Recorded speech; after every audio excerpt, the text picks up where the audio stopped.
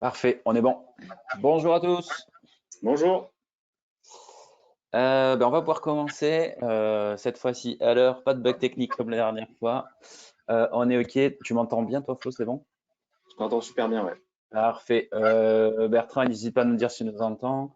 Et bonjour à tous. Ça continue à se connecter. On va prendre juste une petite minute pour ceux qui sortent des réunions et qui se dépêchent de trouver une salle, le coup classique, et on va pouvoir attaquer. Voilà, on a commencé à avoir du monde. On est 150, plus de 500 inscrits sur ce webinaire. Voilà, on est très très content. Ça veut dire que c'est un gros sujet pour vous. Donc, on espère qu'on va vous aider à réussir le passage de GA4. 160, ça continue à grimper. Bon, on va commencer comme ça, vu que on a toujours tendance à déborder, que les gens ont faim. On va essayer de le faire le moins possible. Parfait, tout le monde nous entend, donc c'est parfait. Eh bien, écoutez, bonjour à tous, on va attaquer. Aujourd'hui, le webinaire est consacré, comme vous le savez, à GA4 et comment réussir le passage. Je suis accompagné de Florian, si tu veux te faire une petite présentation. Écoute, merci. J'ai pas loin de jingle, mais du coup, ouais, ça fait 5 ans que je suis chez JV Web et j'ai la douloureuse et merveilleuse mission d'accompagner nos clients sur la passation du 1 à GA4. Donc, on espère que tout ça va bien nous servir. Oui, de manière plus large, après, tu pilotes avec un expert analytics et notre pôle R&D, tout ce qui va toucher au tracking, en fait. Ouais, c'est ça, Donc, exactement. On c'est essaie plus de... large que GA4, du GTM, de la conversion offline, de la conversion classique. Voilà, c'est un spécialiste, quoi. Exactement. Parfait. Je crois que c'est toi qui as la main. Je te laisse dérouler les slides. Ouais. On a dépassé le cap des 200 personnes. Merci à tous ceux qui nous rejoignent. C'est vachement cool. Du coup, bon, classique, présentation très rapide de JV Web, en fait, pour ceux qui ne nous connaissent pas. Sur la gauche, une idée un peu des clients avec lesquels on travaille, lead, e-commerce, tout secteur d'activité, c'est très varié. On a bien sûr, nous, tous les niveaux de certification. L'agence existe depuis 18 ans. Dans quelques mois, ça fera même 19. L'année prochaine, 20. On va passer un cap. Et on est 90 experts répartis dans différents bureaux, notamment Montpellier, Paris, Genève et puis Londres. Tu peux passer au slide suivant. Et on me dit dans l'oreillette que le micro rip sur ma chemise et qu'il faut que je fasse attention, donc je vais switcher après. Nous, qu'est-ce qu'on fait? On gère des campagnes en fait de paid sur la partie search, sur l'environnement Google, le Bing, sur l'ensemble des leviers que je pense que vous connaissez, soit en main d'agence, soit aussi à la performance. Du paid aussi sur l'ensemble des réseaux sociaux et une brique aussi référencement naturel où on accompagne sur un petit peu tous les sujets liés au SEO, que ce soit de la migration, du netlinking, du contenu, de la technique. J'ai un petit écho, Flo, c'est peut-être ton haut-parleur. Bon, après, c'est toi qui vas dérouler, donc c'est pas trop gênant. Et bien sûr, après, on a des services transverses, un pôle studio qui fait tout ce qui est landing page créa, un pôle R&D qui fait des développements sur mesure et qui, avec Flo, travaille sur la partie data et analytics, justement, dont GA4, mais comme on le disait un petit peu au début, la partie tracking en fait au sens large et data au sens large, qui est forcément un gros sujet et qui va devenir, je pense, le sujet numéro un sur les campagnes d'acquisition cette année. Tu veux continuer? Ouais. Ouais, on a un petit fond sonore, je pense, Flo, c'est de ton côté, ou c'est du mien, je sais pas trop, mais je l'entends aussi, donc je dirais que c'est de ton côté. Je fais ça dans les remarques. Alors avant d'attaquer, pourquoi on en parle et puis après on enchaîne sur le déroulement de la présentation. Bon, on fait assez simple, là, vous savez pour la plupart qu'à partir de juillet, il faudra de toute façon basculer sur GA4. Ce qui est important, c'est qu'aujourd'hui, plus vous attendez, plus ça sera compliqué, moins vous aurez de données à comparer year to year, puisqu'une fois la migration effectuée, les datas ne seront pas reportées Alors, il y a bien sûr possibilité de les exporter, etc., mais ça va être assez compliqué. Il y aura peut-être des solutions plus simples aussi à ce moment-là pour les retardataires. Et puis, bien sûr, c'est aussi lié, on va le voir, en des raisons de changement d'écosystème, le digital évolue, les comportements évoluent, et surtout la réglementation en termes de tracking évolue pas mal. Le son est nickel, là, du coup, Flo, si jamais. Donc voilà, c'est une petite intro, mais je pense que bah, vous êtes 254 connectés. Je pense que vous savez que c'est un gros sujet pour vous. Au niveau du déroulement du webinaire, et après je vais laisser Flo qui va pas mal enchaîner. Alors ce que je vais faire, c'est que passer à la suivante, je vais lancer le petit sondage, le temps que ça meuble un petit peu, comme ça je vous donne un petit peu les suites. On voulait commencer par un petit sondage et savoir un petit peu où vous en étiez. Sur GA4 aujourd'hui, bah voilà, à quelle étape vous êtes. Vous êtes encore étape de j'ai pas fait la migration. Donc, bah, là, on va vous apprendre pas mal de choses aujourd'hui. Vous avez déjà créé en fait la propriété, mais vous êtes bloqué, vous n'avez pas encore avancé pour la suite et pour finaliser vraiment la migration. Vous rencontrez aujourd'hui des difficultés, ce qui vous pousse peut-être à bah, venir nous voir aujourd'hui. Et vous êtes un boss, vous avez déjà tout terminé, vous avez déjà créé les rapports et voire même vous pilotez déjà en passant par GA4 et plus par Universal Analytics. Tac, je vais vous lancer le sondage. Il apparaît à ce moment-là. Magnifique fond bleu. Et pendant que vous votez, je vérifie, est-ce que ça fonctionne? Ouais, ça va arriver. Pendant que vous votez, du coup, au niveau du déroulement, bah, Florian va pas mal présenter sur ce webinaire-là. Moi, comme d'habitude, on aime bien faire quelque chose qui est pas un monologue et pouvoir échanger avec vous. Bon, vous êtes beaucoup, donc on va devoir aussi faire un peu de filtre sur les questions. On ne pourra pas tout aborder. Mais le but, c'est n'hésitez pas d'utiliser l'onglet questions au fur et à mesure. Et je ferai des pauses avec Flo pour qu'on puisse bah, répondre un petit peu en live par rapport à où on en est, bah, pour qu'on crée de l'interaction. Donc voilà, n'hésitez pas. Et pour ceux qui demandent, le webinaire sera envoyé, sera disponible en fait en replay. Vous le recevrez sous 48 heures, le temps qu'on envoie tout ça, mais il sera disponible. Donc vous pourrez tout revoir un petit peu s'il y a des passages un peu trop techniques ou pas assez clairs. Dans le sondage, alors on a 70% des gens qui ont voté. On a quand même, Flo, je ne sais pas si tu vois, 40% des gens qui n'ont pas encore fait la migration. Donc il y a quand même un gros sujet et presque 30% qui sont bloqués pour la suite, 20%. Bon, voilà, il y a une majorité qui sont plus avec des complications que quelque chose qui est totalement finalisé. On a quand même 16% qui sont allés jusqu'au bout. Donc, bah, bravo à vous parce que c'est un focus important. Parfait, je vais fermer le sondage. Hop. Et donc, du coup, je vais te laisser la main, Flo. Et donc, pour vous donner le sondage, je ne vais pas l'afficher pour pas qu'on perde de temps. Mais on est voilà, à 39% des gens qui n'ont pas encore fait la migration. Donc, bah, c'est cool pour vous parce que ça va être un gros focus aussi du webinaire. 27 qui ont commencé mais qui sont bloqués. 18 qui rencontrent des problématiques et qui n'arrivent pas à finaliser. Donc, il y a quand même une majorité des gens aujourd'hui qui galèrent et c'est aussi pour ça qu'on fait ce webinaire parce que bah voilà, c'est un gros morceau, c'est pas aussi simple. J'ai réactivé Flo, le micro. Ouais, Sylvain, tu me dis si tout se passe bien au niveau du son, j'ai réactivé. si je parle pas, ça devrait aller. Ok. Allez, on attaque, on rentre dans le vif du sujet. Donc, on commence par une première partie qui vont être les principaux changements. Alors, je vais peut-être repasser sur le sommaire, pardon, on n'a pas discuté. On va voir du coup au cours de la presse une première partie sur les principaux changements, bien comprendre ce qui change sur le concept de GA4. Deuxième partie sur comment bien réussir sa passation. On va essayer de voir un peu les top erreurs que rencontrent nos annonceurs, ceux qui on a pu accompagner et qu'on voit qui partent des difficultés. On va parler un petit peu des nouveaux KPI, des nouvelles audiences dispo, donc pour piloter vos campagnes notamment. Et il y a une partie aussi qui va être dédiée aux rapports, intéressante sur comment fonctionnent les nouveaux rapports et comment bien s'en servir, notamment par rapport à UA.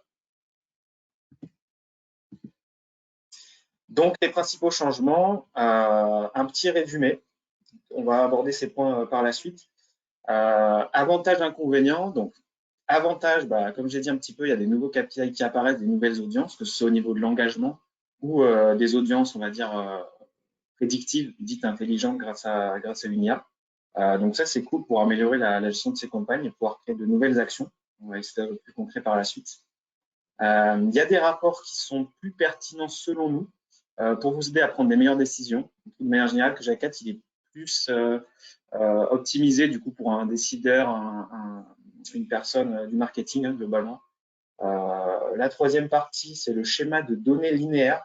Là, pour expliquer un petit peu, ce qui change avec GA4, c'est qu'il utilise un schéma de données linéaires, c'est-à-dire que par rapport à UA qui utilisait du coup un schéma de données traditionnel, les données étaient stockées du coup dans des tables très distinctes. C'était un schéma plus rigide et du coup ça nécessitait un regroupement manuel pour avoir une vue globale de ces données. Là, avec GA4, ça va se traduire dans les rapports. Mais du coup, ça permet de stocker les données de manière non structurée et plus efficace. Et ça offre du coup plus de flexibilité pour nous et pour vous. Ensuite, un des avantages, c'est que ça prend en compte du coup les applications, une meilleure prise en compte des applications, avec une meilleure prise en charge. Pareil, encore au niveau des rapports, on le retrouve. Et des KPI, de nouveaux KPI qui apparaissent aussi. Et au niveau des inconvénients, il y en a toujours. Le premier, bien évidemment, c'est le paramétrage. Sylvain l'a un peu dit, mais c'est pas si facile que ça. Suivant en plus la taille de votre entreprise et de votre écosystème, ça peut être plus lourd. Donc, il va y avoir toute la partie reprise des plans de marquage. Il peut y avoir des erreurs qui surviennent. Donc, derrière, la lecture des rapports sera complètement faussée. Et il va falloir recréer ces rapports. Le changement, c'est positif, mais ça fait un petit peu mal au début. Il faut prendre le temps de se former à un outil qui est globalement quand même plus difficile d'utilisation, on trouve en tout cas. Donc, il faut se faire la main avec l'outil. Voilà. Et même si vous faites une formation miracle de 60 000 heures, il faut quand même mettre les mains dans l'outil pour bien s'en sortir. Il y a une phase d'apprentissage. La donnée intéressante, presque alarmante pour les 40 et quelques pourcents qui n'ont pas encore migré, c'est qu'il y a une période d'apprentissage qui dure jusqu'à 6 mois. Donc 6 mois, on arrive à la fin du A, on est en juillet 2023. Notamment sur les audiences et la partie apprentissage automatique. Donc c'est dommage en fait d'attendre encore plus longtemps pour faire cette migration. Et enfin, un inconvénient n'est pas des moindres, on en entend parler depuis longtemps, et on va en parler un petit peu après parce que je sais que c'est une des préoccupations, c'est la partie CNIL, puisque la solution n'est toujours pas tamponnée, validée, certifiée par la CNIL. Du coup, on essaie d'un peu creuser sur quel positionnement faire en attendant et un peu les actualités autour de ça. Donc, première partie, les principaux changements, comme vous le disiez. UA devient obsolète, donc Universal Analytics, pour trois principales raisons. La première, c'est les réglementations. Donc, comme j'ai dit, les normes aujourd'hui évoluent. Aujourd'hui, ça fait même un moment. Il y a une partie qui pose problème, en fait, c'est l'anonymisation des données et le transfert des données aux États-Unis. Un des avantages de GA4, c'est que maintenant, l'anonymisation des IP, on n'a plus besoin de passer par GTM ou d'intégrer un script comme avant c'était le cas sur Universal Analytics. Maintenant, c'est natif. Par contre, ça n'enlève pas le problème du transfert des données aux États-Unis. Le problème, c'est qu'il faudrait du coup que cette anonymisation, j'ai choisi un mot qui va être extrêmement dur à dire pour le webinaire, doit se faire en fait en Europe et pas aux États-Unis. C'est ça qui pose problème. Et comme ça se fait aujourd'hui aux États-Unis, ça bloque en fait la conformité de l'outil.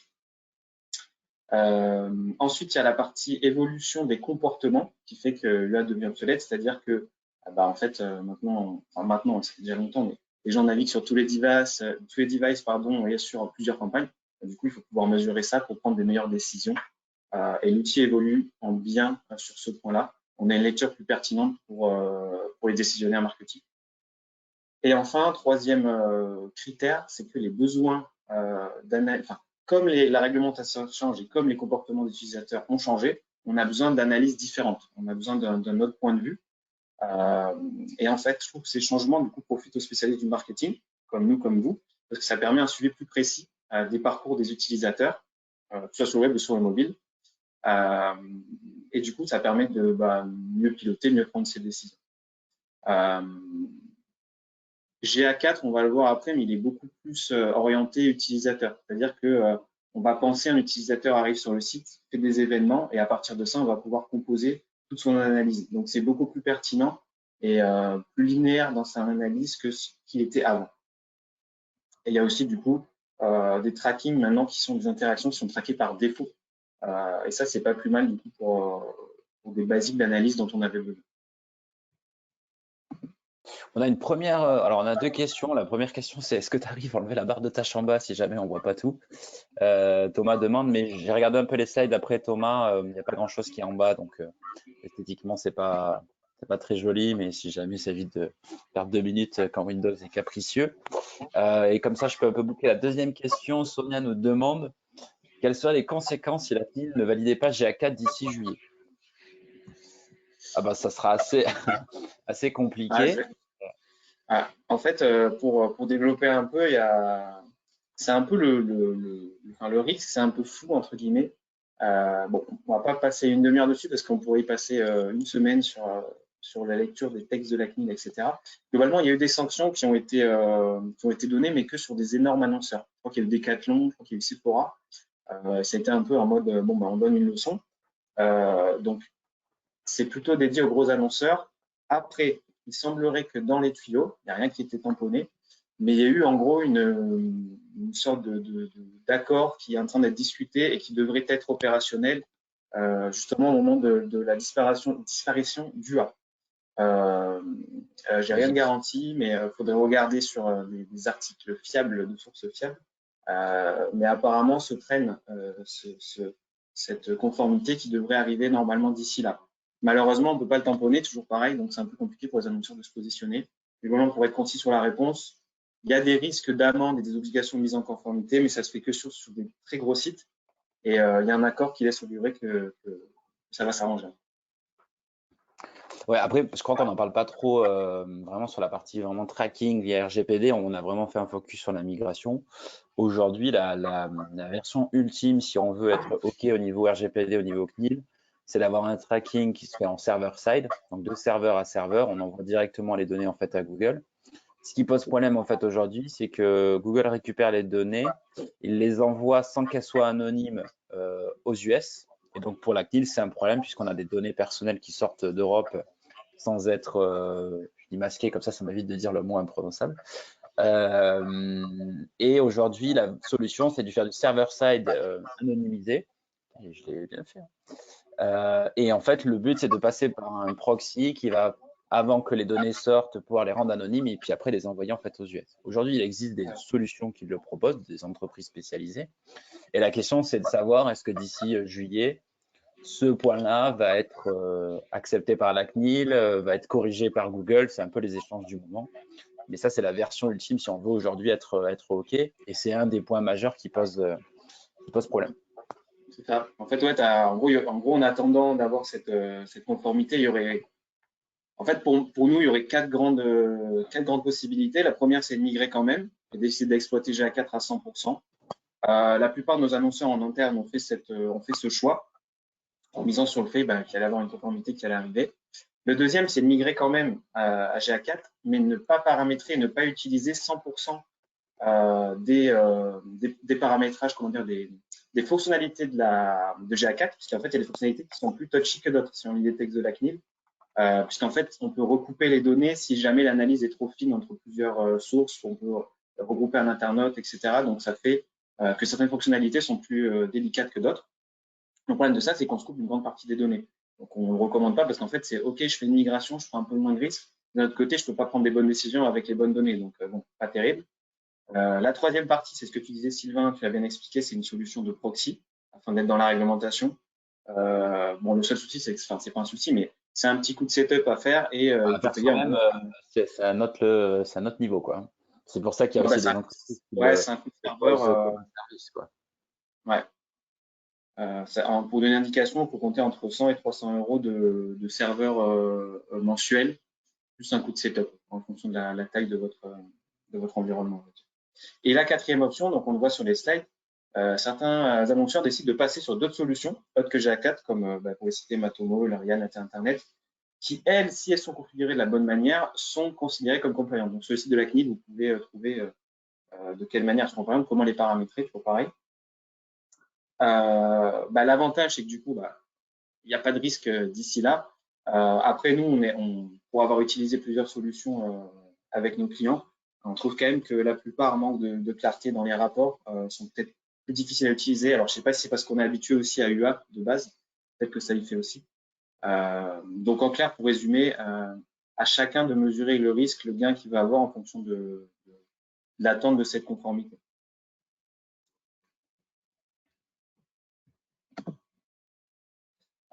Toujours sur l'évaluation des réglementations, Google aussi nous a indiqué qu'il allait supprimer de ses navigateurs les cookies. C'est annoncé à mi-2024. Peut-être que ce sera reporté, peut-être pas. Mais du coup, ça pousse l'apparition, et on le voit pas que sur Analytics, on le voit aussi sur des solutions comme Google Ads, des choses comme ça, l'apparition de KPI et d'audience basées sur l'IA. Donc là, on en voit quelques-uns, mais les probabilités de désabonnement qu'on va retrouver dans GA4, le revenu prédit, la probabilité d'achat, que ce soit sur les sites ou les applications. Et aussi, on va le voir aussi dans les rapports plus tard, les recommandations stratégiques faites du coup par cette IA, qui aide quand même à la prise de décision. Alors attention, c'est toujours pareil, il faut une période d'apprentissage. On n'a encore pas énormément de recul sur quel apport ça peut avoir en fonction de votre niveau. En fait, c'est ça qui va dépendre aussi. Mais c'est quand même intéressant si on en prend quelques-uns comme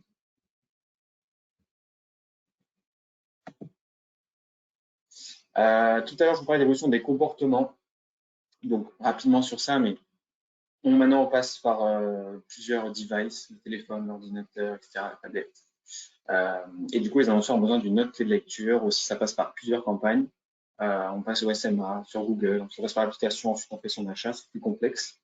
Et GA4, en fait, le prend en compte maintenant, en tout cas, le prend mieux en compte dans la mesure des sessions. Et du coup, il propose aussi des KPI d'analyse qui sont un peu plus pertinents suite à ça, on va en parler plus tard. L'évolution des besoins, c'est la dernière partie de l'intro. Globalement, en fait, le modèle de GA4 change aussi par rapport à nos besoins d'analyse, je l'ai dit tout à l'heure. Pour bien comprendre ce qui se passe, c'est que en fait, on assiste à une nouvelle méthode de collecte. Donc, je pense que vous avez déjà été sensibilisé à ça parce que c'est en gros la grande structure de changement de GA4. Mais globalement, sur UA, sur les tags analytiques existants, on avait des tags qui étaient basés sur des sessions et des hits. Donc, en gros, des interactions entre l'utilisateur et le site web, page vue, événements ou des transactions. Du coup, quand on voulait sortir un rapport, on devait passer par l'export de données, l'utilisation de dimensions personnalisées pour avoir les bonnes données et encore faire des entonnoirs de conversion, ce qui en fait rendait un peu les analyses, selon nous, longues, avec un risque d'erreur assez élevé et avec aussi de la déperdition. Je sais qu'on a eu souvent ce problème de déperdition quand on accompagne nos annonceurs ou des incompréhensions sur les données. Avec GA4, on parle plus de hits en gros, mais on parle d'événements. Il faut vraiment penser événement chaque fois qu'on se met à lire son GA4. Et on parlera plus de session, mais d'utilisateur. Voilà, c'est très user-centrique, comme j'avais expliqué au début. Donc, on va retrouver que des événements dans l'interface. On va naviguer entre eux. Première visite, les pages vues, début d'une session, une session engagée, on va voir plus tard. Du coup, en fait, il faut voir ça un peu comme une sorte d'espace-vie où on va pouvoir ajouter plein de flux, puisqu'on se base maintenant sur des événements. Comment réussir sa passation? Alors ici, j'ai listé les grandes étapes, on va dire, les basiques qu'il faut faire pour migrer. Toutes les étapes ne sont pas obligatoires, mais je vais quand même expliquer assez rapidement chacune des étapes. Examiner la structure de votre compte, ça c'est plutôt adapté pour les grandes entreprises. Si vous avez un seul site web ou pas une application, vous n'avez pas besoin. Mais en gros, dans UA, quand vous utilisez les vues pour créer des collections de données distinctes, comme les séparations géographiques ou les secteurs d'activité, bah là, dans GA4, il n'y a pas de vue. Ça disparaît. Du coup, ce type de séparation se fait de manière différente. Donc, l'idée, c'est du coup, dans cette étape-là, de bien découvrir les principes à suivre pour organiser le compte et les propriétés d'une certaine manière en fonction de votre entreprise. Donc, vraiment les grosses structures, ça va un peu changer la structure ensuite de son GA4. Créer une propriété GA4 et un flux de données. Bah là, on crée une propriété GA4. Je pense que beaucoup ont fait cette étape quand ils ont commencé la migration. On crée une propriété pour collecter les données en plus du coup des données d'UA, Universal Analytics, même si la vue UA reste inchangée et vous continuez à recueillir des données comme d'habitude pour l'instant. Collecter des données sur votre site et application, troisième partie. Donc là, ça consiste à recueillir les informations sur les interactions de l'utilisateur avec votre site web ou votre application. Donc ça peut inclure les données comme les pages visitées, les actions effectuées sur le site, les événements, etc. Étape très importante puisqu'elle permet de remplir les tableaux de bord de GA4 avec des données exploitables pour avoir des insights sur les audiences, les performances du site. Concrètement, comment ça marche? On installe le tag GA4 via GTM ou en dur sur le site via un bout de code, même si on recommande bien sûr de passer par l'environnement GTM puisque c'est plus simple et plus facile ensuite en termes de manipulation de l'autre côté. J'ai mis des petits points d'exclamation. En fait, on a fait un petit peu un point pour dire c'est quoi les grosses problématiques et les étapes où ça peut bugger pour un annonceur. C'est quoi les étapes les plus difficiles? Et donc là, vous voyez un point d'exclamation, c'est là où il faut mettre un peu plus d'effort, un peu plus d'attention. Et là, on a pu voir des erreurs qui ont été faites. Quatrième partie, activer les signaux de Google. Donc là, vous collectez, en activant ces signaux, vous connectez des données supplémentaires pour les utilisateurs qui ont activé la personnalisation des annonces et qui sont connectés à leur compte Google. 5, la partie configuration des conversions. Donc, on recrée les objectifs à partir de votre propriété UA, associés sous forme d'événements de conversion dans votre propriété GA4. Il y a un outil de migration qui existe. On dit migration, mais il faut quand même les recréer à partir d'un existant. La partie 6, c'est l'ajout d'utilisateurs. Assez simplement, on ajoute des utilisateurs sur le compte. Pareil, un outil de migration pour faire ça, avec les mêmes droits d'accès, etc. On crée une association à Google Ads pour pouvoir avoir les données Google Ads dans vos rapports GA4. 8e étape, on migre vos audiences. Attention, là aussi, point d'attention sur un petit peu la difficulté. En fait, en migrant ces audiences de votre propriété UA à GA4, ça permet d'identifier les mêmes groupes d'utilisateurs en fonction de vos données GA4 et les exporter vers votre compte Google Ads, tout simplement, pour répondre au même cas d'utilisation. Valider vos conversions. Donc, ça revient à comparer les volumes de conversion que vous aviez et passer les convus A de principal à secondaire. Il ne faut pas qu'on ait toutes les conversions entre les deux plateformes qui sont en principal pour vos campagnes publicitaires. Et d'importer vos événements de conversion GA4 comme principal, du coup, pour prendre le relais, entre guillemets, entre les deux. Et ensuite, étape 10 et 11, bon, pas de grande difficulté, ça ne va pas vous changer beaucoup. Mais on apporte ces conversions dans GAds pour les enchères et on ajoute ces audiences analytics à vos campagnes du coup, de remarketing. On a quelques questions, je vais les prendre et après on va essayer d'aller un petit peu plus vite. Alors j'en ai vu certaines, je vais quand même les prendre même si j'ai pas forcément toutes les réponses. Comment GA4 il réussit à réconcilier les sessions cross-device? Moi, ça va faire de ma part, je pense que le fonctionnement n'a pas trop changé. Il va utiliser ses propres signaux, les données clients et puis surtout le user ID pour pouvoir remonter le multi-plateforme ou le multi-device. On nous demande si on a déjà utilisé Clarity. Je crois que c'est l'outil chez Microsoft. J'ai pas enfin nous directement non. À ma connaissance, c'est pas quelque chose que j'ai entendu chez les clients. Je crois qu'après en termes d'équivalent, on entend beaucoup parler d'Hotjar au final sur l'analyse de sessions, etc. Si je me trompe pas sur l'outil, je le connais pas forcément en détail. Jamais utilisé non plus. Et j'ai une question assez intéressante de Lauriane. Donc ils ont fait une refonte de site.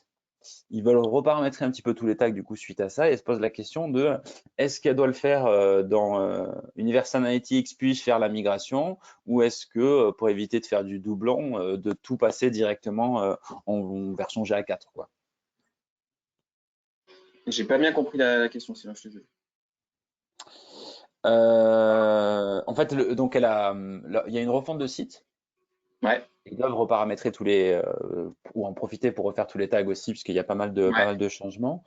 Et elle veut savoir en fait si ça vaut le coup de paramétrer Universal Analytics et après de migrer ou en fait de l'abandonner, de passer directement sur GA4 quoi. Bon, d'un point de vue tracking, il n'y a pas trop de sujets. Après, c'est.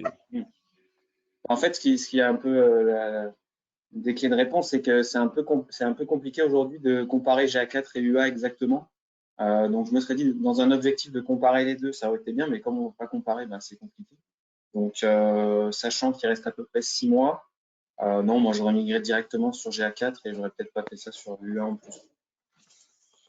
Je pense aussi, après, c'est toujours pareil en termes de ressources, de temps de travail. Est-ce qu'on est prêt aussi à s'investir dans GA4 en fonction de l'utilisation, puisqu'on va le voir, c'est pas la même chose.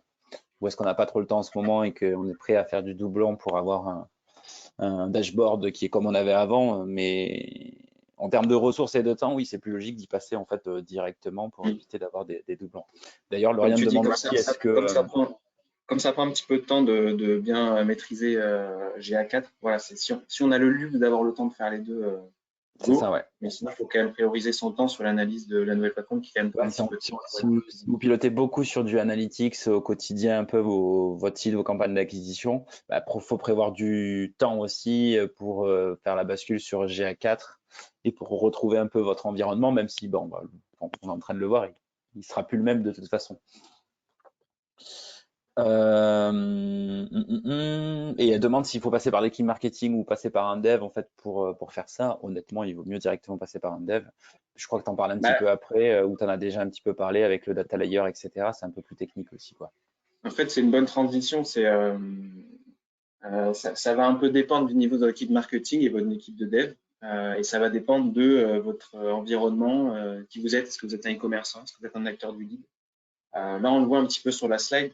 Mais par exemple, l'étape 2, typiquement, nous, on a beaucoup de clients qui n'arrivent pas à cette étape, la partie de migration des mesures de l'e-commerce, parce que du coup, ça inclut quand même pas mal de notions de, là, plutôt dev que marketing, enfin, clairement dev plus que marketing. Moi, en tant que marketeur, c'est pas moi qui le fais. Ça va plutôt être un dev spécialisé tracking qui va mettre les mains là-dedans pour réaliser cette partie. Donc, suivant qui vous êtes et ce que vous voulez faire, ça va dépendre, mais globalement, il y a quand même besoin d'une intervention technique, bien souvent. Transition du coup avec ces autres étapes avancées. Alors, toutes ces étapes sont pas obligatoires. Et je les ai mis toutes avec un petit point d'exclamation parce que toutes ont déjà posé des soucis quelques fois, donc je vais expliquer rapidement. L'association des événements personnalisés UA à GA4. Donc là, c'est uniquement nécessaire si vous utilisez des catégories, des actions ou des libellés d'événements. Autant on va voir que migrer du UA à GA4, ça ne doit pas être fait dans une logique de comparaison ultime, comme je l'ai un peu dit. Autant ça ne veut pas dire que vous devez repartir de zéro. Vous pouvez dupliquer des aspects essentiels de vos mesures d'Universal Analytics dans GA4. Par exemple, les événements ou les dimensions personnalisées. Deuxième partie, migrer les mesures d'e-commerce. Donc, comme je l'ai dit, c'est un des plus gros points durs, clairement, que rencontrent en tout cas les annonceurs. Ça implique la configuration de nouveaux événements de suivi de l'e-commerce pour capturer du coup les infos sur les transactions, les données produits et la mise en place de rapports personnalisés pour visualiser les données e-commerce. Et en fait, on va le voir après, mais il faut envoyer les données à GA4 d'une certaine mesure pour qu'ils puissent les lire. Donc, c'est ça en fait qui fait la différence. Il faut bien qu'ils lisent un achat, il faut bien qu'ils lisent un œuvre au panier, etc. Partie 3, importer vos données. Donc là, en fait, pour améliorer votre reporting en utilisant plus de sources de données, on parle de données externes comme votre CRM, par les infos de fidéliser des clients, catégorie des articles, des attributs liés au produit, comme le poids, etc. Donc voilà, c'est pas obligatoire. La partie créer une association à BigQuery, pardon. Du coup, après avoir associé, vous pouvez migrer, vous pouvez exporter tous vos événements bruts de votre propriété GA4 vers BigQuery. Du coup, vous pouvez ensuite interroger ces données avec une syntaxe de type SQL. C'est un peu plus technique. Et dans BigQuery, ensuite, vous pouvez choisir d'exporter vos données vers un espace de stockage externe ou d'importer ces données externes afin de les combiner du coup, dans Google Analytics. Cinquième partie, User ID. Donc là, en fait, c'est pour mesurer l'activité sur plusieurs plateformes avec la fonctionnalité User ID. Et cette fonctionnalité permet d'associer vos ID, vos identifiants à des utilisateurs individuels pour les corréler ou corréler leur comportement en fait avec différentes sessions et sur différents appareils et plateformes. Il y en a d'autres, des étapes, on ne les a pas toutes mises, mais il y a deux autres étapes un peu moins importantes qui peuvent être aussi trois principaux dangers d'une migration ratée. La première, du coup, je l'ai un peu dit tout à l'heure, mais c'est la mise à jour des paramètres et des propriétés de suivi. Parce qu'en fait, les deux systèmes UAGA4 ont des structures de données très différentes, pas de les mêmes manières. Du coup, quelques étapes clés pour nous afin de faciliter cette migration. Donc là, c'est dans le cas du e-commerce, donc du data layer e-commerce. Premièrement, assez basique, mais il faut bien comprendre les données e-commerce que vous collectez avec UA. Et on va le voir plus tard, mais en fait, ce qui est bien avec la présentation de GA4, c'est qu'on peut aussi en profiter pour faire le point sur son acquisition, sur son funnel. C'est bien de se replonger dedans pour bien reparamétrer, entre guillemets, de zéro, quelque chose qui a pris de l'âge et qui a été bien souvent corrigé, recorrigé, qui a changé de main en fait en termes de gestion. Et aussi, il faut bien du coup comprendre ce qu'on veut avant d'activer un peu la partie opérationnelle forcément. Deuxième partie, créer des paramètres de suivi en utilisant les nouvelles directives. Voilà, il y a une documentation à suivre, le naming. Donc ça, il faut tout simplement le paramétrer de la bonne manière. mettre à jour le data layer et tester la mise à jour du coup, de votre data layer. Donc ça, c'est pour s'assurer que les données du coup, sont collectées correctement. Deuxième danger d'une migration ratée, c'est ça. Donc on a quelques fois entendu, je n'arrive pas à produire mon rapport à l'identique ou je ne retrouve pas le même nombre de sessions. Est-ce qu'il y a une erreur dans la migration? Ce que j'expliquais un peu tout à l'heure, il ne faut pas considérer GA4 comme un moyen de comparaison exacte avec UA puisqu'il y a plein de choses qui changent. Il y a des KPI qui évoluent, la mesure des sessions, l'engagement qui change et des nouveaux qui se rajoutent. Donc c'est un peu compliqué de paramétrer exactement de la même manière. Les rapports sont différents. Donc, on peut prendre beaucoup de temps à essayer de comparer. Tiffany posait la question justement là-dessus. On fait qu'on est sur un autre modèle user-centric basé sur les événements et qu'en fait, du coup, les tags UA, ils sont plus vraiment pertinents. Ouais. C'est en fait ce que tu as expliqué, c'est de se dire, c'est pas forcément qu'ils soient plus pertinents, mais c'est qu'on est dans une autre approche, donc il faut un petit peu revoir la façon dont on va aussi traquer et on va pouvoir en fait aller plus loin. C'est ça. Donc il y a un peu un travail de brainstorm, de réflexion, de s'adapter au changement, de revoir un peu la façon de faire. Dans le fond, on va regarder la même chose où les événements principaux seront là et on va pouvoir aussi aller beaucoup plus loin. Et voilà, c'est une approche qui est un petit peu différente. Ouais. Donc, ce qu'on se dit en tant que, bon, en termes d'agence, mais nous, on trouve ça hyper bien de prendre le temps de réfléchir à en mettre les mains en gros au cœur de son business et se dire comment je refais le point sur mes priorités et du coup ça permet aussi de reparamétrer, donner un petit coup de jeune à ces outils d'analyse. Alors ça ne veut pas dire non plus qu'on met UA à la poubelle, on s'en sert plus du tout, on oublie tout ce qu'il y a dessus. On va voir plus tard, hein, il faut aussi retrouver un petit peu ces petits quand on est habitué à utiliser UA. Ça, on en parlera un petit peu plus loin, mais c'est vraiment la vision, je pense, qu'il faut avoir avant d'attaquer sa migration. Et troisième principal danger d'une migration, je l'ai un petit peu indiqué aussi tout à l'heure dans les étapes, mais c'est pas de paramétrer correctement les événements recommandés par GA4. Bon là c'est assez bête et méchant, mais il faut respecter le naming puisque du coup c'est hyper important la casse sur la lecture des données, puisqu'un événement, comme vous le voyez, déclenche un nouveau rapport. Si on ne respecte pas strictement ça, et on va avoir des rapports dans ces erreurs d'analyse. Il faut bien prendre le temps de bien paramétrer parce que c'est dommage après d'avoir des rapports qui sont pas bons pour prendre vos décisions. Donc ça, je vous apprends. Je Passons fais au une mini-pause question. Il y en Oui, a encore quelques-unes et puis après on va arriver sur les dernières parties. Qu'est-ce que je vois Damien qui demande, ça va être un vrai sujet pour nous aussi, puisqu'on va avoir beaucoup peut-être de migration à faire. Qu'en est-il de Data Studio? Je pense que beaucoup aussi pilotent avec un Looker Studio maintenant, ou Data Studio. Est-ce qu'on sait déjà comment ça va se passer par rapport à GA4? Est-ce qu'il y aura aussi un peu un truc, quelque chose d'automatisé où il va falloir un peu se refaire tous les rapports? alors c'est une bonne question. Il faudrait que je C'est creuse une sur. bonne question. J'ai pas la. En fait, je sais que, et en gros, ils ont amélioré. Il y a une connectivité forcément qui existe maintenant entre UA et enfin entre GA4 pardon et Looker Studio. Ça, c'est certain. Après, c'est une bonne question au niveau de comment bien réussir sa migration de sa rapport. Est-ce qu'il faut tout recommencer? En fait, de mon point de vue, il va falloir Théorie, recommencer parce que on est en plus sur la théorie, même approche. ouais, en fait, tu as des métriques qui changent, puis en fait, les rapports qu'on va vouloir générer vont être un peu différents. Donc, ouais, il y aura quand même une grosse partie de setup sur les Data Studio, les Looker Studio. Difficile de dire s'il faut recréer tous les rapports ou si Google va imaginer une espèce de migration pour basculer des rapports qu'on a créés vers la nouvelle approche. Mais ce qui est sûr, c'est qu'il y aura quand même du setup, parce qu'il y a beaucoup de nouveautés, de choses plus approfondies qui vont être intéressantes de monitorer parce qu'il y a des KPIs qui changent, qui sont différents. Donc, je pense que malheureusement, il va y avoir un peu de travail là-dessus dans tous les cas. Est-ce que Google va nous faciliter la vie? Ça, c'est la grande question pour l'instant. On n'a pas la réponse. Marine qui demande s'il y a un constant mode sur GA4. Alors oui, il y a une fonctionnalité constant mode. Après, on ne sait pas encore honnêtement ce que ça vaut. Côté Google Ads, il existe aussi le constant mode et pour y répondre de manière simple aujourd'hui, c'est un peu le flou artistique. On l'a installé ou pas mal de clients l'ont essayé. On voit pas vraiment la différence et je dirais pire, on a du mal même à mesurer est-ce que c'est mieux ou pas. Donc l'un dans l'autre, on est plutôt en mode. Et puis c'est un développement qui est un petit peu plus lourd que des conversions améliorées, par exemple. C'est pas forcément quelque chose qu'on recommande vraiment côté Google Ads. Je Bah, pense c'est pas. c'est ça qui est un peu douloureux, c'est que toutes ces solutions-là, on va un peu perdre la visibilité, du coup, comme on va laisser les outils prendre la main sur ça, notamment sur le conseil mode.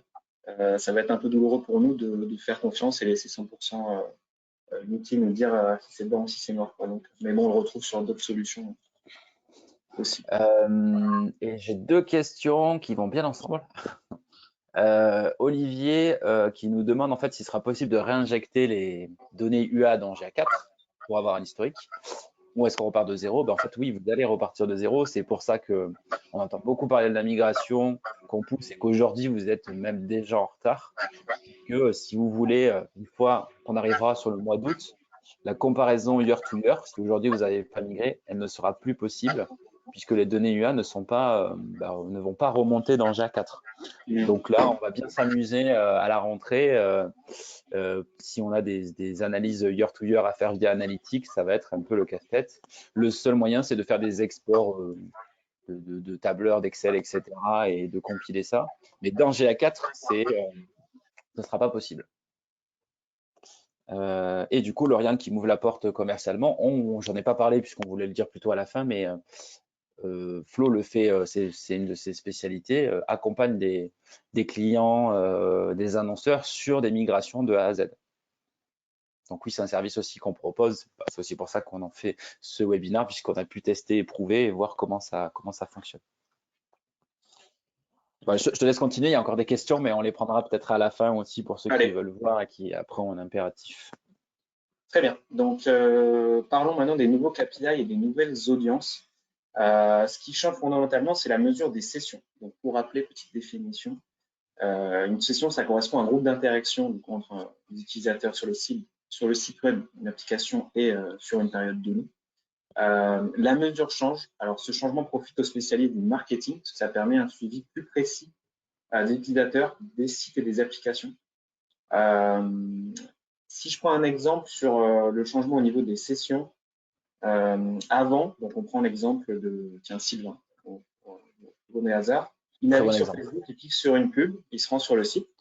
Ensuite, il va taper la marque sur Google, la marque du même annonceur, il clique sur le lien naturel et se rend à la fois sur votre site. À la fin, il se rend sur l'application. Sur Universal Analytics, on aurait 3 sessions. Sur GA4, on va avoir qu'une session. C'est là où je dis que c'est plus intéressant, c'est que en fait, la mesure est beaucoup plus centrée sur l'utilisateur final. Donc, en fait, pour prendre ces décisions, c'est bien mieux. C'est plus intelligemment fait.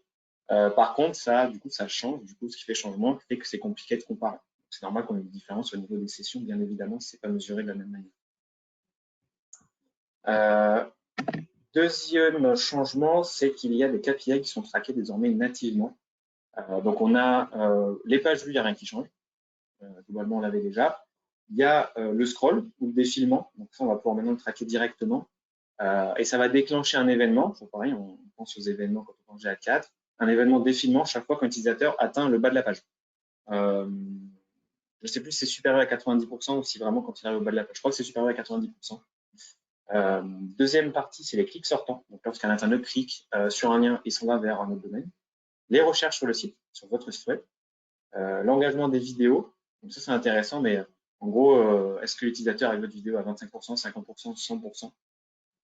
Il va aussi, grâce à ça, nous donner des nouveaux KPI, donc là, qui ne seront pas natifs, qui seront à paramétrer. Et notamment, est-ce qu'il a vu une vidéo à tel pourcent et est-ce qu'il a fait un achat? On va pouvoir l'englober dans une audience précise, des choses comme ça. Et enfin, un autre KPI natif, c'est le téléchargement de fichiers. Voilà, enregistrer un événement quand il y a un téléchargement de fichiers assez basique. Donc ça, c'est des choses quand vous faites la migration basique, entre guillemets, que vous aurez directement. Autre KPI qui change, bon, là, on en a beaucoup parlé depuis la migration, mais c'est la disparition du rebond et du taux de rebond. Pour nous, ça devient plus pertinent parce qu'on passe d'une métrique un peu déceptive à une métrique améliorative ou positive, si je puis dire. Ce qui change, du coup, c'est maintenant, on parle d'engagement. Session avec engagement, c'est quoi? C'est si la session a duré plus de 10 secondes, si la session a enregistré un événement, donc une conversion, une conversion, et si elle a enregistré au moins 2 vues.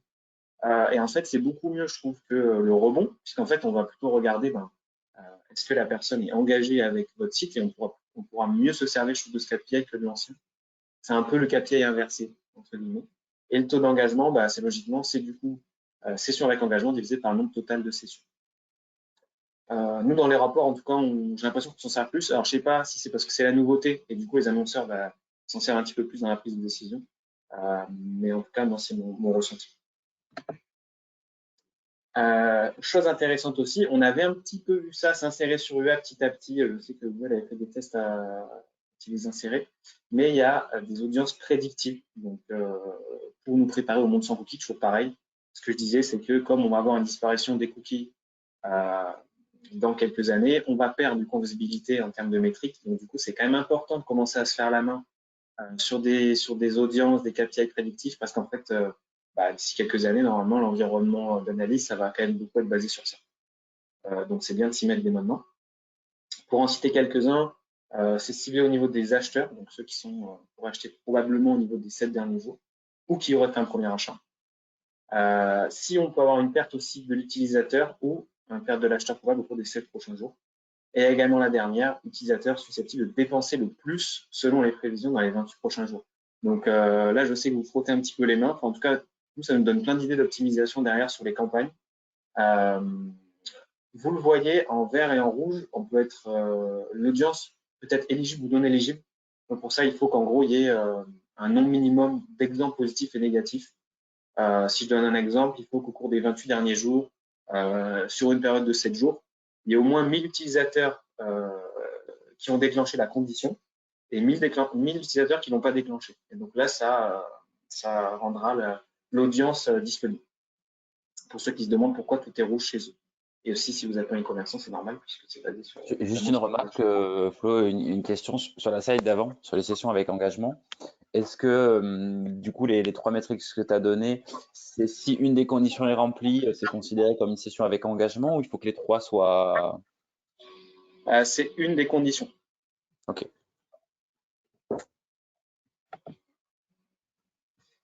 Donc voici pour les audiences prédictives.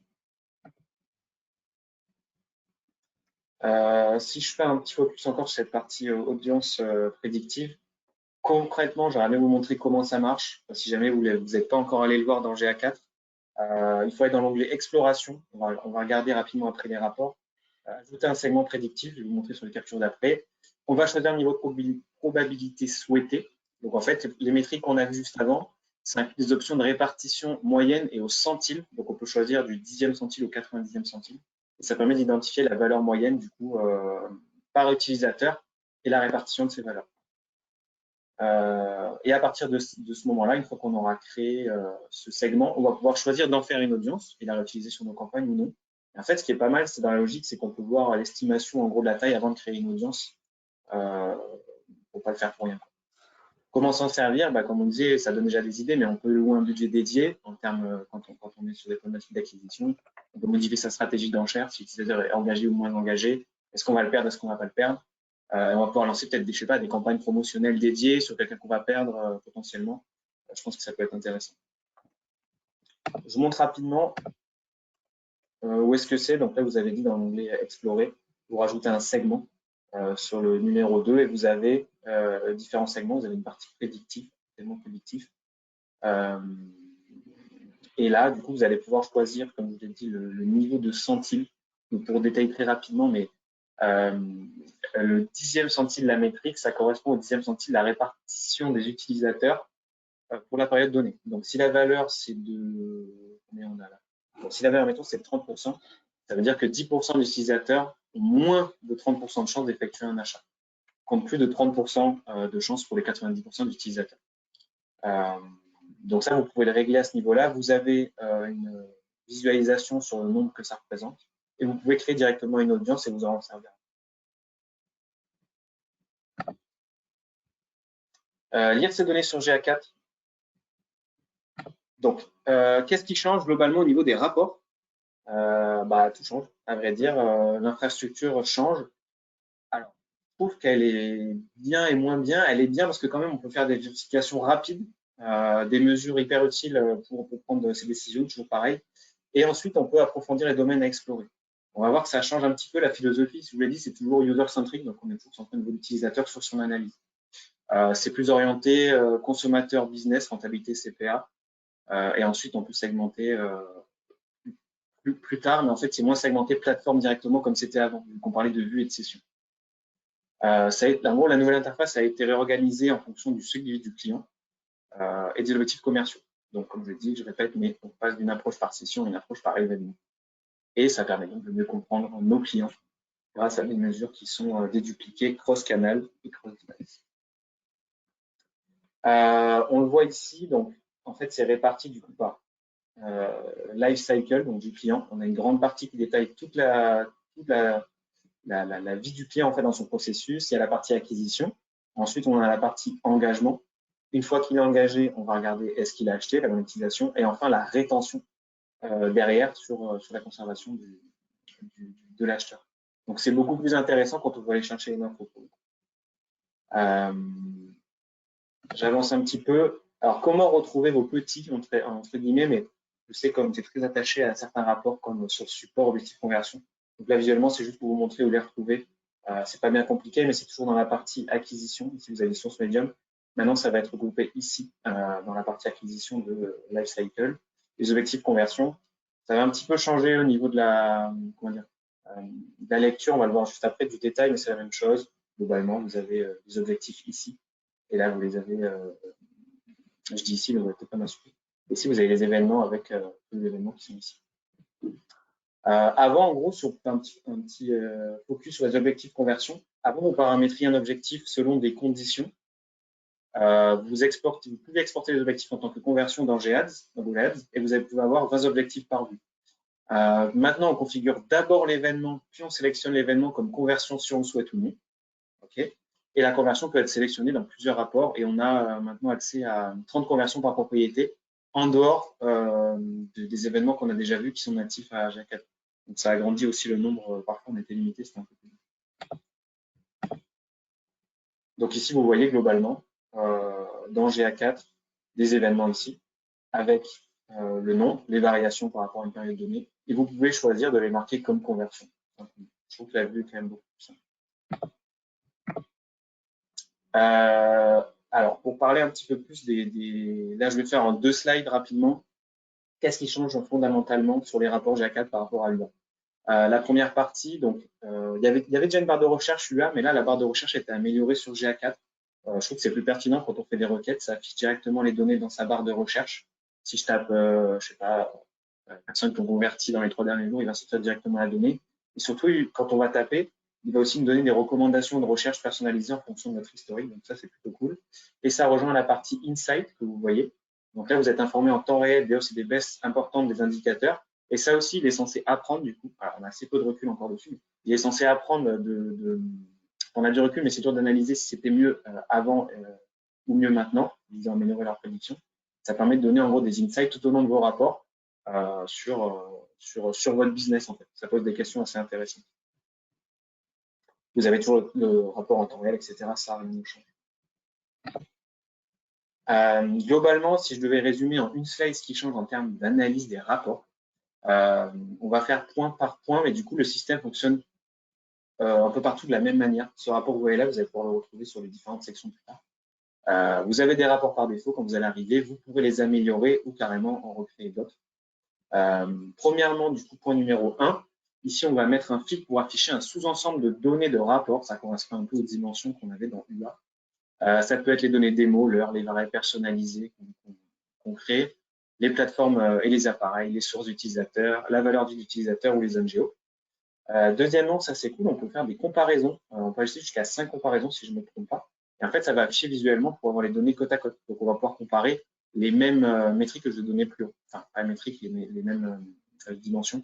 Les données démo, les heures, les valeurs personnelles. Donc, on peut comparer sur une période donnée une donnée démographique par rapport à la source, par rapport aux utilisateurs, par rapport aux zones géo. On va ensuite rajouter par rapport aux appareils. Donc, c'est quand même assez sympa sur la lecture.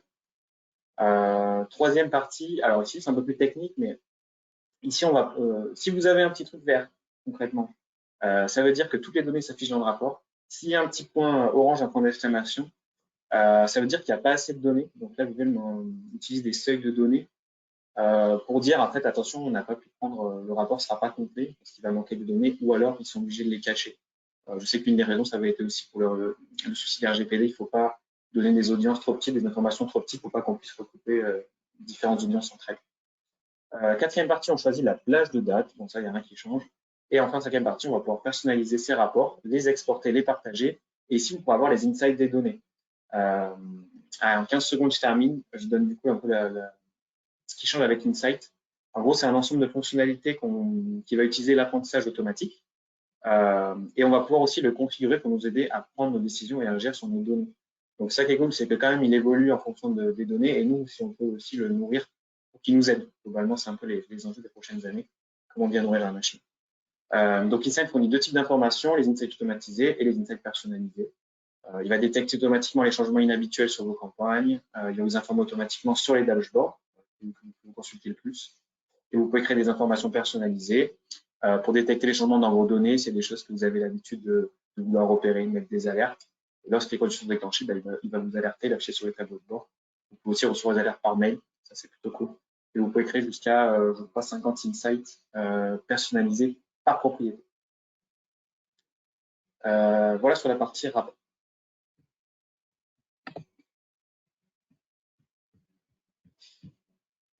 Et on en vient au bout des slides Oui. sur PL4. On arrive à la fin, 11h56. On est pas mal. Je vois qu'il y a encore des questions, on va les prendre. Juste, je fais l'intro, puisque je pense que ceux qui ont plus forcément de questions comme ça, vous aurez les infos finales. C'est plus sur l'après. Bon, vous étiez quand même beaucoup à nous dire que vous n'avez pas encore migré, vous rencontrez des difficultés. Nous, chez JWeb, bien entendu, c'est aussi pour ça que on a cette expertise sur ce webinaire. C'est les services qu'on propose, vous accompagner sur des plans de tagage, sur des migrations, des migrations qui sont commencées, à finaliser aussi en fonction des problématiques. Donc, je vous laisserai après dans le chat directement si vous voulez prendre un rendez-vous déjà pour en discuter. Et surtout, on enchaîne très vite là sur les webinaires, on est sur une bonne dynamique. Dans moins de 15 jours, le prochain webinaire sera sur Meta, Facebook, Insta. On va parler data, on va parler IA, algo, créa, qui sont un petit peu les trois piliers indispensables si vous voulez réussir votre acquisition sur le réseau Meta. Donc là, je vous mets dans le chat si vous souhaitez vous y inscrire. Et comme je disais, pour ceux qui veulent faire la migration, comme vous l'avez compris, c'est vraiment quelque chose qu'il faut essayer de faire assez vite. Là, aujourd'hui, vous allez perdre des données, mais c'est au moins pour pouvoir être opérationnel une fois qu'on aura totalement basculé dessus.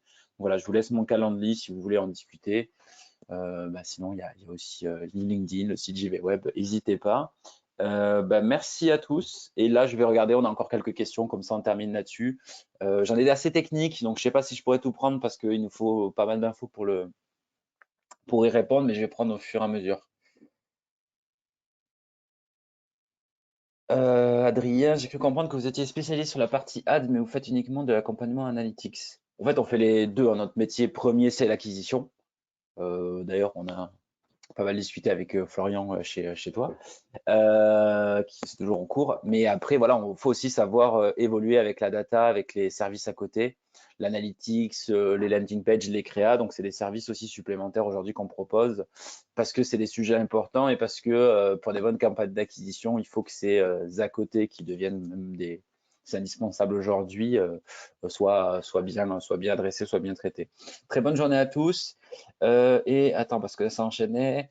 Est-ce que GA sera conforme RGPD? La grande, la grande question. On n'a pas la réponse. Moi, j'aurais tendance à dire il est conforme en fait en fonction de la config que vous utilisez. C'est ça le point. Si on règle le souci du coup aussi de l'anonymisation des IP qui Voilà, si vous êtes capable d'entrer sur le territoire américain. Après, ça fonctionne, mais bon, c'est quand même pas la version la plus simple, quoi. C'est dans les petits papiers, on n'est pas dans les petits papiers à ce niveau-là, c'est vraiment l'œil omniscient qui voit tout. Mais globalement, on suppose que oui, de ce qu'on a pu lire, en tout cas de la veille qu'on fait, ça a l'air d'aller dans le bon sens quand l'accord sera signé, quoi. Mais on ne peut pas le tamponner. Ouais, exactement. Après, voilà, il va forcément se passer quelque chose. Aujourd'hui, ça sort les gros bras pour se mettre d'accord et ça va finir par trouver une solution. Ça paraît. L'un ne peut pas vivre avec l'autre. Google est très gros, la loi est la loi, donc il y aura toujours des compromis qui vont arriver, lesquels on ne sait pas encore forcément, mais ça va forcément bouger. Je pense que c'est aussi pour ça qu'on a retardé les cookies. J'ai déjà 2 rendez-vous qui ont été pris, Flo, c'est plutôt cool. Merci à tous. Donc oui, ça va arriver, mais on n'a pas encore toutes les infos, quoi. Est-ce qu'on peut utiliser UA et GA4 en parallèle en attendant juin 2023 qu'on bascule à 100% Ouais, sur GA4? carrément. Après, en fait, UA va continuer à collecter les données hein, jusqu'à la date annoncée, la date butoir. Donc, on peut tout à fait concilier les deux. C'est même bien de le faire. Il faut juste faire attention voilà, sur l'objectif de conversion principale secondaire dans ces campagnes. Ouais, je serai focus Google Ads, mais pour pas foirer un petit peu son pilotage et tout faire sauter. Mais c'est tout à fait conciliable. Après, voilà. Je pense qu'un des enseignements qu'on a, c'est qu'il faut éviter de perdre énormément de temps sur essayer de comparer les deux absolument, parce qu'on des fois on peut s'arracher les cheveux pour retrouver les mêmes KPI, ce qui est tout à fait normal. Alors Adrien, je vois tes questions. Bah, et si tu veux, on peut se contacter directement pour en parler si tu veux sur la partie analytics. Alors on nous demande aussi si on va faire d'autres webinaires GA4 dédiés. On parle d'e-commerce, on part sur la création d'un rapport. Alors, ça c'est hyper Euh, intéressant. Je me dis qu'on aurait peut-être dû poser la question, mais n'hésitez pas du coup à mettre maintenant dans les commentaires des sujets sur GA4 que vous aimeriez qu'ils soient creusés. Des sujets, si vraiment vous avez bloqué certains trucs très spécifiques, n'hésitez pas à l'ajouter si vous ne l'avez pas déjà fait. J'ai pas encore lu les commentaires. Je Mais pense que c'est pas effectivement, impossible d'ici ouais, mai-juin qu'on se pose la question. Nous, on aime bien faire des webinaires quand on a quand même du solide et qu'on a abouti. Donc là, sur la migration, on en a fait pas mal. Donc on a quand même pas mal d'expertise. Les rapports, c'est quelque chose où on est aussi en plein dedans. Donc je pense que quand on aura du costaud, puisque faire un webinaire pour présenter juste les rapports de A à Z, c'est pas très intéressant. C'est vraiment pour arriver avec du concret. Donc c'est pas impossible que c'est quelque chose qu'on fasse parce que ça va être le gros sujet de l'été de toute façon, quoi. Euh, voilà, il y en a qui disent que sur la partie commerce, ça les intéresse. Après, c'est des choses qu'on peut aussi discuter en one-one s'il y a des choses spécifiques. Quelles sont les bonnes pratiques pour sauvegarder les données UA? Bah, aujourd'hui, je crois, sans me tromper, qu'à part un export brut des données, il n'y a pas grand-chose qui voilà, existe en fait aujourd'hui, quoi. c'est ça. On peut migrer certaines choses qu'on avait dans son UA, comme j'ai dit un petit peu, les dimensions, des choses comme ça. Après, les données, en fait, vous pouvez les exporter. Ça peut être dans un G-Sheet ou dans d'autres solutions qui existent pour les conserver. Ça, il n'y a pas de souci. Et je crois même, alors je ne veux pas vous dire une bêtise, mais je ne sais plus si c'est 6 mois. En tout cas, à partir de la fin du UA, vous pourrez encore continuer à exporter vos données pour les Oui, je crois conserver. qu'il y a toujours un D'ailleurs, delta de toute façon avec Google, ouais. ouais, Après, les exporter, c'est bien, savoir les traiter, c'est autre chose. Peut-être qu'après, il y aura des solutions aussi qui vont sortir, qui vont permettre d'en faire quelque chose de la donnée brute avec des rapports qui pourront toujours être utiles. En tout cas, je ferai du business, c'est un truc que qui pourrait être pas mal en fait pour avoir l'historique des bien sûr. dernières années, etc. de manière assez simple. Donc, il y a forcément des solutions qui Ouais, il y a existent. des outils, hein, c'est sûr. Ouais. Bon, j'ai beaucoup de questions, hein. Les gens sont. On est monté jusqu'à 300 personnes, on est encore 166, donc il y a quand même pas mal de questions. On nous demande aussi du GA4 sur de la lead gen, sur du B2B, donc il va falloir faire les deux, les deux transverses. On nous parle après des fonctionnalités pour importer les catalogues, etc. Toute la partie produit. Il y a quand même encore pas mal de questions. Après là, tout est assez dur aussi à répondre. C'est des choses, je pense, à discuter, des rapports perso à créer. Donc ouais, il y a quand même pas mal de choses, quoi. Maintenant que nous avons GA4, pouvons-nous passer des balises Google Ads? Pouvons-nous nous passer des balises Google Ads? Eh ben, il y a toujours un petit souci qui nous fait quand même, enfin, c'est pas un souci, c'est ce que vous préférez. Mais dans tous les cas, vous allez devoir conserver les objectifs Google Ads si vous voulez utiliser certaines fonctionnalités avancées de modélisation de données, par exemple de Google. Par exemple, le consent mode, des choses comme ça. Le suivi des conversions améliorées. Il faut du coup pouvoir avoir des conversions Google Ads et pas des Mhm. conversions analytics qu'on importe directement. Ouais, la bonne pratique, en fait, après ça évolue. Donc, ce que je dis là, s'il faut dans 1 heure, demain, dans 10 jours, on ne sera plus valable. C'est de ne pas avoir une seule source aujourd'hui tracking et de pouvoir les avoir un petit peu toutes. Après, dans le pilotage, on peut se dire, pars sur Analytics pour piloter mes campagnes, je pars sur les conversions Google Ads pour piloter mes campagnes. Ça, c'est des discussions après à avoir, mais je conseille d'avoir un tracking qui est fonctionnel de manière unique sur chacune des plateformes. Analytics, Google Ads. Comme ça fait pas de mal de l'avoir. C'est pas ce qui va rallonger les temps de chargement et ça permet de voir un petit peu en termes de données ce qui fonctionne le mieux, puisque, comme tu le dis, il y a des fonctionnalités qui sont dispo, d'autres moins. Donc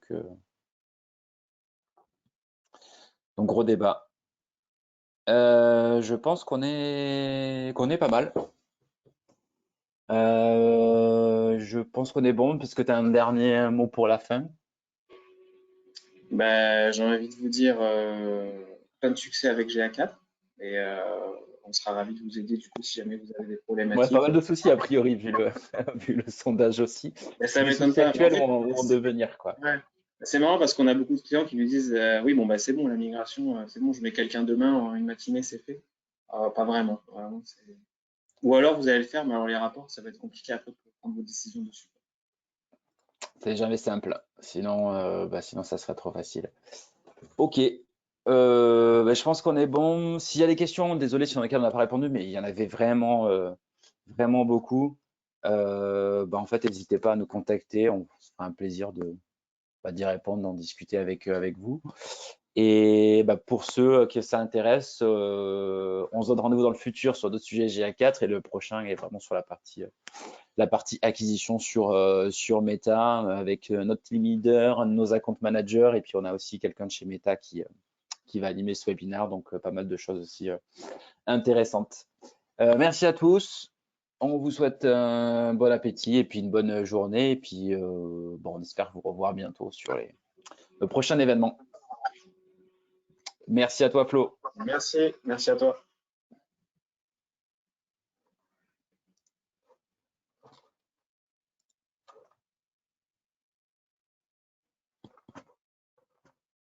Je vais y arriver. J'arrive pas à fermer. Hop.